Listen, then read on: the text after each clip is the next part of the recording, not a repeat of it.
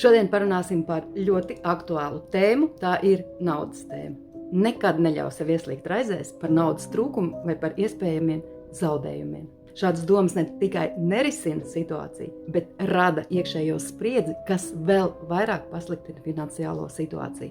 Mēs taču zinām, ka mēs pievelkam to, uz ko mēs koncentrējamies. Un ja mūsu uzmanība patstāvīgi ir vērsta uz naudas trūkumu, tad mēs piesaistām ko? Pareizi, mēs piesaistām trūkumu. Mūsu realitāte sāk to atspoguļot. Un ja cilvēks maz nopelna, tad parasti tipiska kļūda būs žēlošanās par to, ka nauda vienmēr pietrūkst. Un šāds domāšanas veids noskaņo cilvēku uz trūkuma vibrācijām. Īpaši bīstami ir pakļauties bailēm par naudas trūkumu, par to, ka nauda nepietiks, par to, ka pazaudēsi, par to, ka ir nedroša nākotne.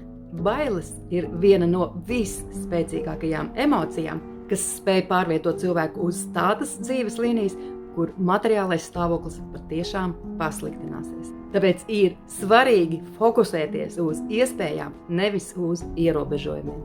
Nauda mīl pārliecību, skaidrību un brīvību no baiļu enerģijas. Ja jūti, ka tu vēlēsi sakārtot savas attiecības ar naudu, izprast savus iekšējos ierobežojumus vai aktivizēt finansiālo plūsmu savā dzīvē, tu vari pieteikties uz individuālo konsultāciju.